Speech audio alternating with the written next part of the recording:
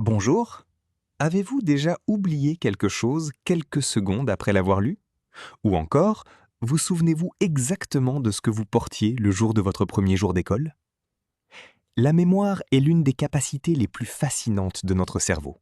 C'est elle qui nous permet de retenir des informations, d'apprendre de nouvelles compétences et de construire notre identité en gardant nos souvenirs. Mais comment fonctionne exactement notre mémoire?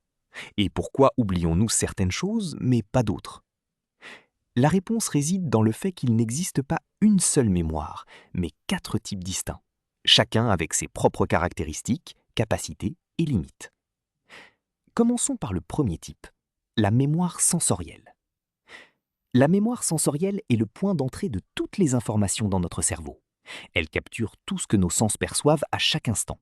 Les images que nous voyons, les sons que nous entendons, les odeurs que nous sentons, les sensations tactiles que nous ressentons. Mais voici la chose fascinante. Cette mémoire dure extrêmement peu de temps. Pour les informations visuelles, elle persiste seulement entre 200 et 500 millisecondes. C'est moins d'une demi-seconde. Pour les sons, c'est un peu plus long, environ 2 à 3 secondes, mais toujours très court. Pensez à cela. En ce moment même, votre mémoire sensorielle capte ma voix.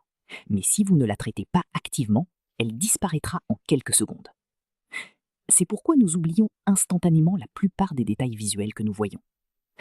Mais attendez, il y a quelque chose d'intéressant qui se produit. Vous avez tous expérimenté l'effet cocktail party. Vous êtes dans une pièce bondée, pleine de conversations. Votre mémoire sensorielle reçoit une montagne de sons différents. Mais votre cerveau filtre intelligemment tous ces sons et se concentre sur la conversation qui vous intéresse. C'est comme si un projecteur illuminait la voix que vous voulez entendre, tandis que tous les autres sons deviennent du bruit de fond. Ce filtrage est crucial. Sans lui, nous serions submergés par une avalanche sensorielle constante. Notre cerveau doit être sélectif pour survivre. Le deuxième type est la mémoire à court terme, aussi appelée mémoire de travail. Imaginez que vous cherchez un numéro de téléphone. Vous le lisez rapidement et maintenant, pendant que vous composez, vous maintenez ce numéro dans votre esprit. C'est votre mémoire à court terme qui travaille. Mais elle a une limitation célèbre. Elle ne peut retenir que 5 à 9 éléments à la fois. C'est pour cela que les numéros de téléphone sont divisés en groupes. Plus de 7 chiffres d'un seul coup devient très difficile à retenir. Et la durée?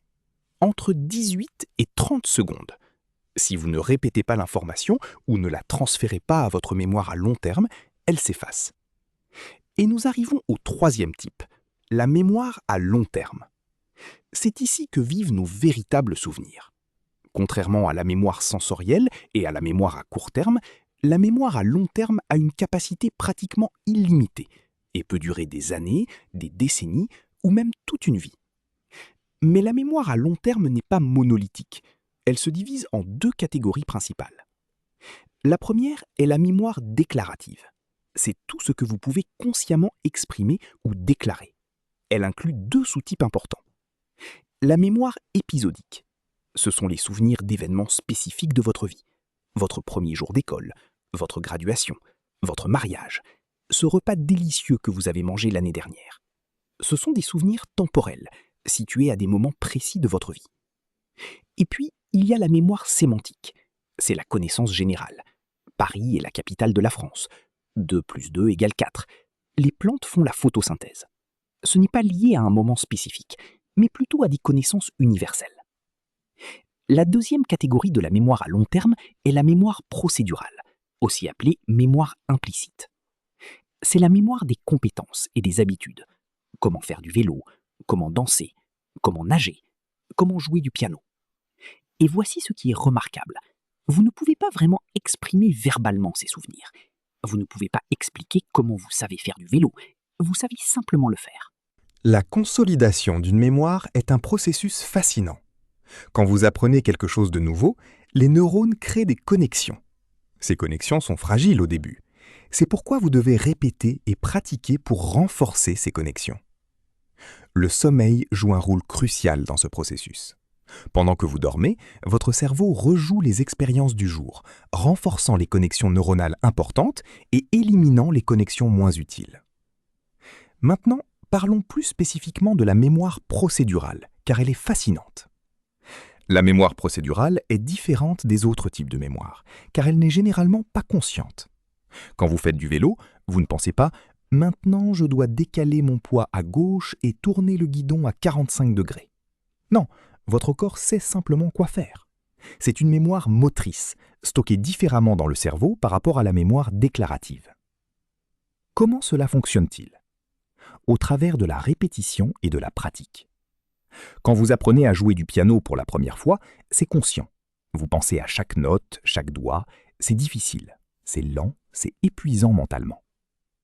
Mais après des mois et des années de pratique, quelque chose de magique se produit.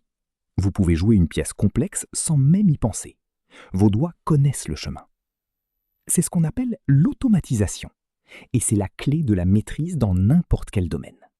La pratique régulière transforme les actions conscientes en actions automatiques. La mémoire procédurale est aussi très robuste. Elle ne s'efface pas facilement. Même après des années sans pratiquer, votre cerveau se souvient. Vous rappelez-vous du dicton « Une fois que vous savez faire du vélo, vous saurez toujours faire du vélo » C'est la puissance de la mémoire procédurale.